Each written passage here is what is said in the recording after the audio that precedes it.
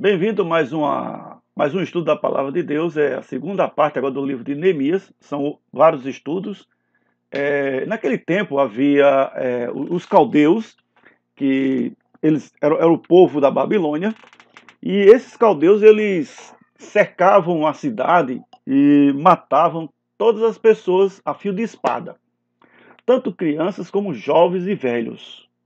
Eles matavam tudo que encontrasse pela frente. Era uma cena muito drástica para Israel. O profeta Jeremias foi testemunha deste massacre em massa nessa época. No tempo dos reis, eles tinham o costume de cercar a cidade até que o outro povo viesse a ficar com falta de alimento. E assim, com a falta de alimento, o povo se entregaria àqueles que estavam cercando o local. Então eles faziam muito isso. A princípio eles primeiro cercavam a cidade, até ver até onde iria aquele alimento para aquele povo.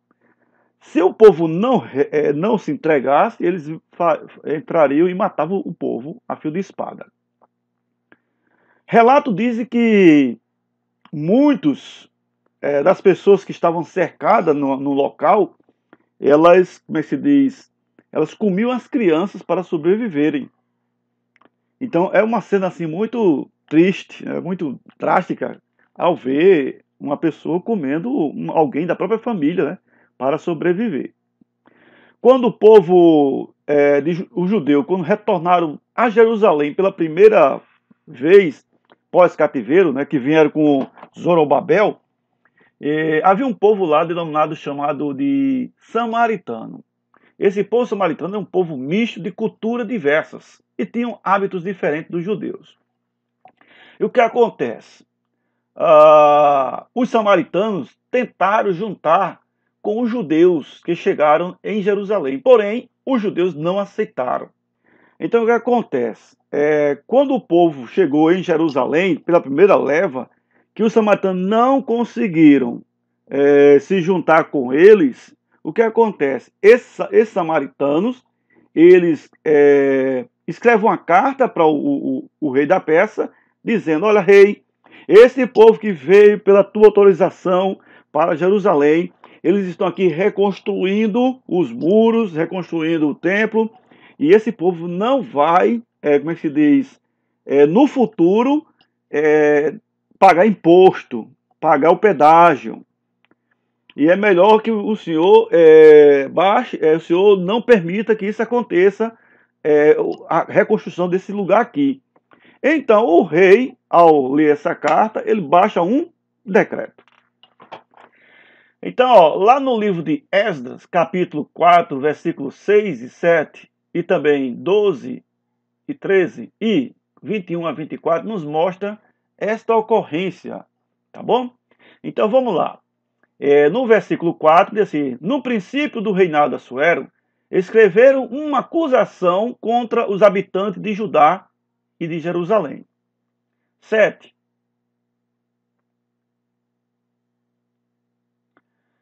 E nos dias de Artaxerxes, rei da Pérsia, Bislão, Miredate, Tabiel e os outros seus companheiros lhe escreveram a carta. A carta estava escrita em caracteres aramaicos e na língua siríaca. Continuando. Versículo 12. Teus servos, os homens que daquém do Eufrates, e em tal tempo, seja do conhecimento do rei, que os judeus que subiram de ti vieram a nós, a Jerusalém. Eles estão reedificando aquela rebelde e malvada cidade, e vão restaurando os seus muros e reparando os seus fundamentos. Olha que ele trata Jerusalém como cidade rebelde e malvada. Versículo 13. Saiba ainda o rei que, se aquela cidade se reedificar e os muros se restaurarem, eles não pagarão os direitos, os impostos e os pedágios, e assim causarão prejuízo ao rei. Então observe que a denúncia eles já colocaram aqui em papel para o rei. falaram mal da cidade, dizem que a cidade era uma cidade rebelde, é uma cidade malvada, e eles começam a dizer o quê? Que esse povo não irá pagar imposto ao rei no futuro. E o que acontece? Vamos lá, vamos continuar. No versículo 21, diz assim: agora, pois, dai ordem a fim de que aqueles homens parem o trabalho e não se edifique aquela cidade, a não ser com autorização minha. Versículo 22, olha, o cara está se achando o máximo. 22, guardai-vos, não sejais remissos nessas coisas, porque há de crescer o dano em prejuízo dos reis. 23, depois de lida a cópia da carta do rei Artaxerxes, perante Reum, Cisai, o escrivão e seus companheiros, foram eles apressadamente a Jerusalém, aos judeus, e, de mão armada, os forçaram a parar com a obra. Olha, eles voltaram com aquela autorização, né, bem cheinho, para poder parar toda a obra de Deus. E o 24 nos dá tristeza. É um relato de tristeza, o 24. Diz assim, ó: cessou, pois, a obra da casa de Deus, a qual estava em Jerusalém. E isso até ao segundo ano do reinado de Dário, rei da Pérsia. Então observe que eles conseguiram parar a obra do Senhor. Esses samaritanos, junto com outros povos que fizeram uma mistura, uma salada, eles, como não conseguiram juntar com os judeus, eles simplesmente conspiraram, mandaram carta para o rei recebeu a carta e mandou o quê? Um decreto. E esse decreto foi o quê? Parar a obra do Senhor. Então a obra do Senhor, ela é parada. E o que aconteceu? Os sacerdotes, sem trabalhar no templo, foram tomar conta das lavouras e outros afazeres. O povo judeu estava desanimado por causa do decreto do rei. O povo estava totalmente com medo. Neemias se apresenta ao rei depois de orado e jejuado durante 4 meses. Então observe agora que Neemias ele vai entrar em ação. Depois de tudo que aconteceu, todo ocorrido, Neemias vai entrar em ação. É lógico que ele estava sabendo dessas coisas que estavam acontecendo. Tá bom? Então Neemias ele se prepara quando ele escuta essa história de que o povo, Jerusalém foi queimada, o templo foi destruído, o muro foi quebrado, as portas também. Ele cai, ele senta, começa a chorar, lamentar, ele começa a orar e a jejuar diante do Senhor. Então ele passa 4 meses fazendo o trabalho de oração e jejum. Depois de tudo isso, o que é que ele faz? Capítulo 2, versículo 2. Lembrando a você que no versículo 1:1 diz que Neemias estava na cidade de Suzã, é uma das cidades dos persas, tá bom? Então estava lá, na cidade de Suzã, é onde estava ali a rainha Esté, nesse tempo, rainha Esté, não no tempo de Neemias, tá bom? Mas foi naquele palácio que a rainha Esté foi coroada. Então, no versículo 2:2 diz assim, versículo 2:2, primeiro vamos conhecer a cidade de Suzã, antes de fazer a leitura da palavra de Deus. Olha só, eu olhei no Google, tá bom? Aqui está Jerusalém, tá certo? Aqui é Jerusalém, lógico que aqui é Israel, tá bom? E aqui está o percurso até a cidade de Suzã, certo? Do Suzã. Então, aqui está a cidade de Suzã. Tem 3 acessos para lá, o Google me deu. Por esse acesso aqui, que o Google me deu, dá em média de 1.500 e alguma coisa em quilômetro. Por esse aqui. Esse outro acesso aqui, por fora, dá em média de 1.600 e alguma coisa. E esse azulzinho aqui por dentro, direto praticamente, dá 1.477 quilômetros.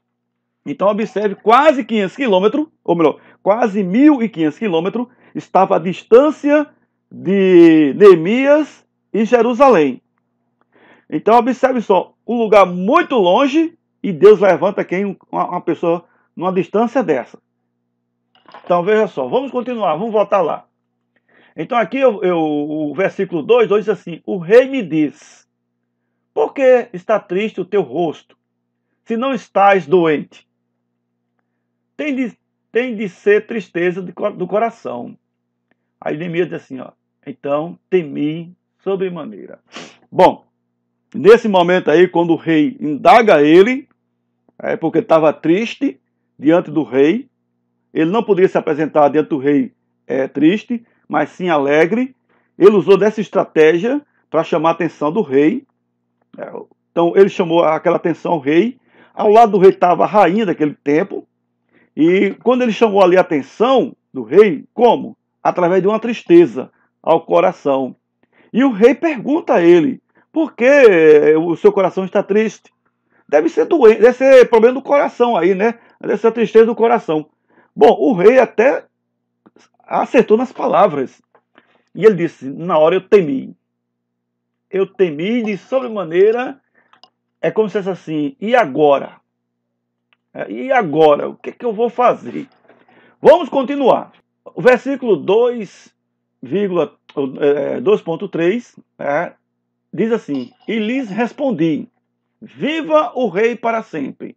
Como não me estaria triste o rosto se a cidade onde estão os sepulcros dos meus pais está assolada e tem as portas consumidas pelo fogo.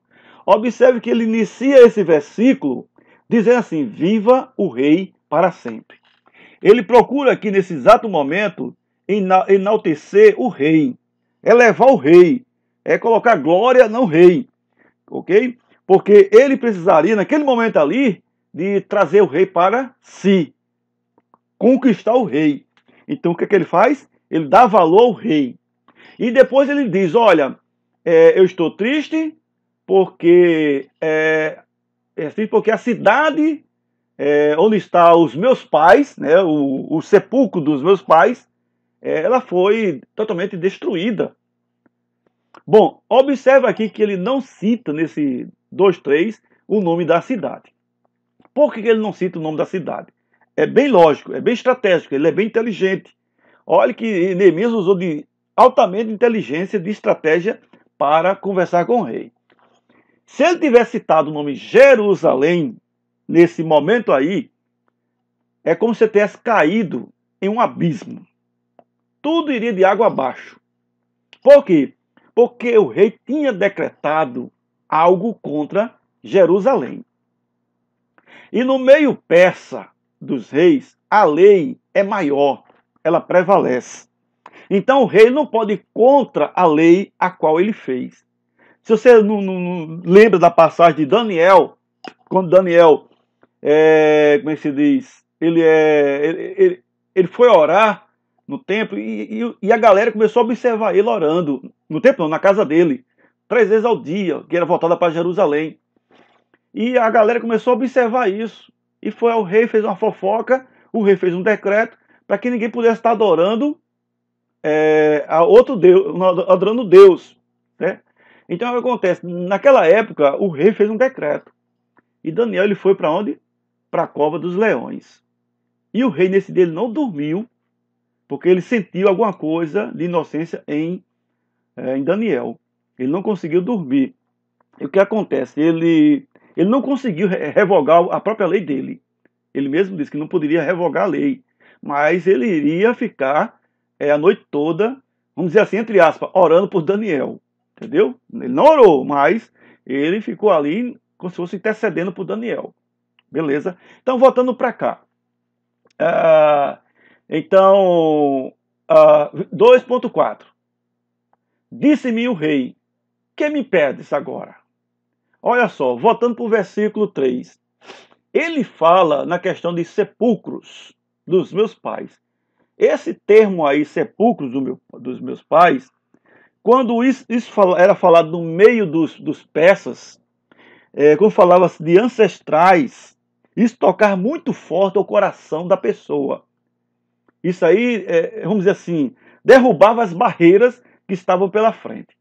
Então, quando ele fala sepulcro dos meus pais, foi uma estratégia muito grande da parte de Neemias, usar desse termo aí. Observe que ele não usou o nome da cidade E ele disse sepulcro dos meus pais. Por quê? Porque ele saberia que quando falasse desse conteúdo relacionado ao passado dos ancestrais, ele simplesmente iria ser tocado. E de fato ele foi tocado. O coração dele foi totalmente quebrado, destruído do rei. E o 2,4 diz assim, ó, disse-me o rei, que me pedes agora? Tá vendo aí? Então, ó, se você observar, Neemias usou altamente estratégia. Olha só, ele podia chegar para o rei triste e dizer assim, rei, o senhor é muito perverso. O senhor não procurou saber o que foi que aconteceu com Jerusalém, certo? E o senhor mandou um decreto para lá, para parar Jerusalém. Ele não falou isso. Isso podia ser, se ele falasse dessa forma, isso geraria uma barreira muito grande entre ele e o rei. E ele poderia ser expulso da presença do rei. Mas ele foi humilde diante do rei. E com essa humildade foi que ele atraiu o rei para si. E o rei diz o quê? Disse-me o rei, que me pedes agora? Aí ele diz assim, então orei ao Deus dos céus. Ele já vinha passando 4 meses orando e jejuando.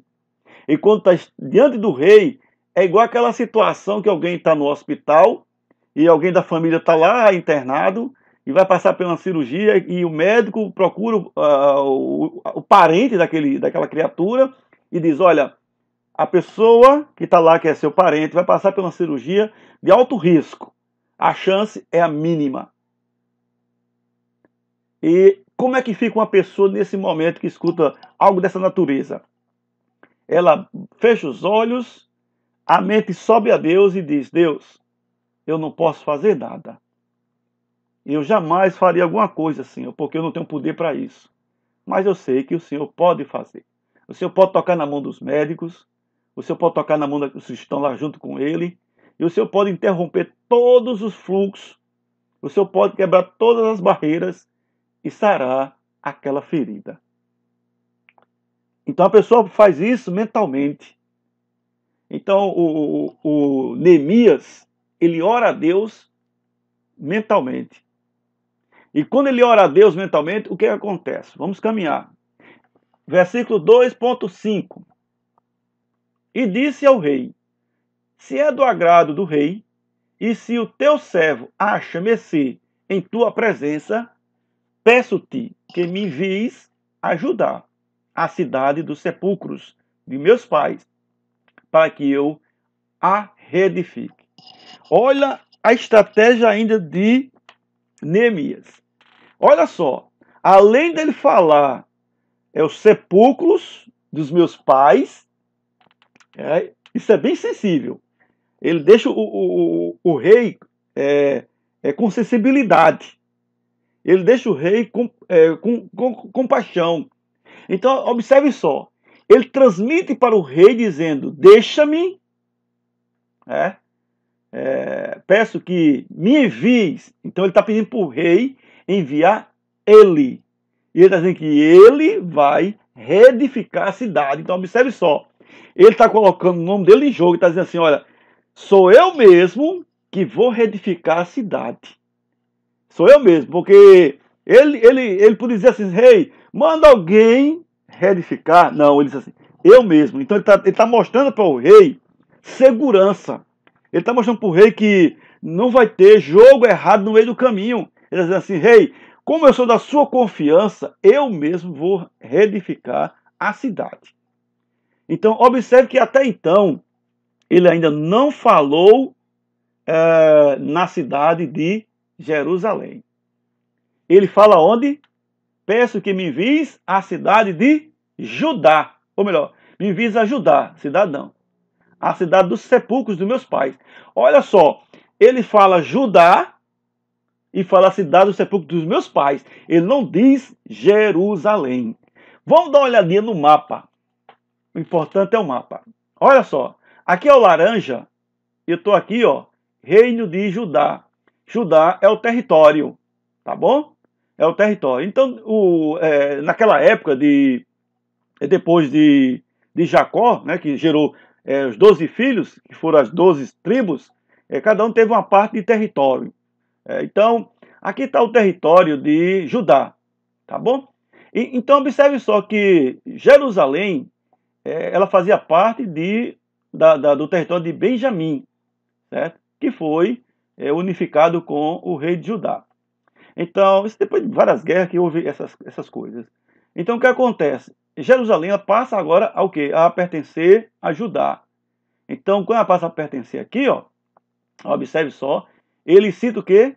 Judá, que é o quê? O território.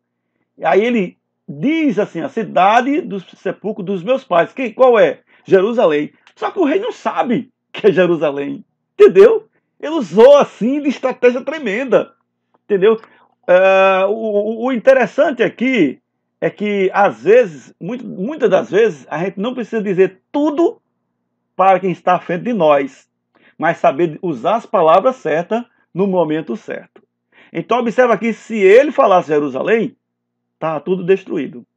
Nada daria certo. Mas ele usou a estratégia perfeita. Diz assim, a cidade do sepulcro dos meus pais. E ele acertou 100%. Então vamos lá. Ó. Ele disse que ele mesmo reedificaria a cidade. Versículo 2:7 diz assim, e ainda disse ao rei, se ao rei parece bem, dê-me-se cartas para os governadores da além do Eufrates, para que me permitam passar e entrar em Judá. Ele continua dizendo para o rei que me dê carta, porque olha só, vamos voltar aqui ao mapinha. Ele está onde? Ele está aqui, ó, em Suzã. Daqui para cá, ele iria passar por diversas cidades do rei. Diversas cidades do rei da Pérsia. Então, com certeza, ao passar por qualquer cidade dessa daqui, ele ia ser o quê? Bloqueado e morto. Então, o que é que ele faz? Ele pede carta ao rei para poder ter acesso livre a essas cidades e passar daqui até Jerusalém. Então, veja só que ele não cita Jerusalém. Interessante, né? Voltando para cá. E ainda disse ao rei, se ao rei parece bem, dê-me-se cartas para os governadores da além do Eufrates, para que me permitam passar e entrar em Judá. Bom, ele está abrindo sinal verde para chegar até lá. Continuando na reta final agora. 2.8. Como também carta para Asaf, guarda das matas do rei, para que me dê madeira para as vigas das portas da cidade do templo, para os muros da cidade e para a casa em que deverei alojar-me, e o rei comigo. Tá bom? Ou seja, o rei estava com ele. Então veja só, aqui é interessante, ele pede também para restaurar a casa onde ele ia ficar alojado. Ainda continua dizendo que não iria, ou não falou, Jerusalém. Então veja que estratégia maravilhosa de Neemias. Ele sabia que havia um decreto. Esse decreto impediria ele de chegar até onde ele estava querendo. Esse decreto quem deu foi o rei. O rei não podia quebrar o decreto. Então, como o rei não podia quebrar o decreto, desfazer o decreto que ele fez, o que é que ele faz? Ele começa a usar palavras ao redor daquilo que ele estava querendo. Então ele percebe o quê? Que Judá era o quê? O território. Então ele cita o território, mas não cita a cidade do território. Então veja que estratégia maravilhosa de Neemias. Aprendemos com Neemias. Falar as coisas certas no momento certo. 2.9. Então, fui aos governadores da além do Eufrates e lhes entreguei as cartas do rei. Ora, o rei tinha enviado comigo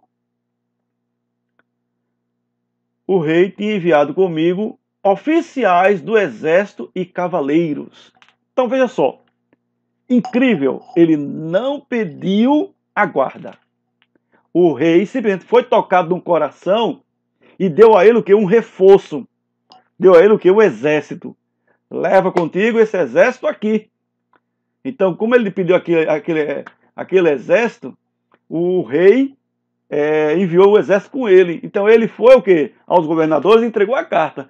Se ele chegasse ao governador para pegar madeira, passar por ali sem a carta, ele ia ser detonado. Então, quem foi que ensinou a ele a pedir uma carta?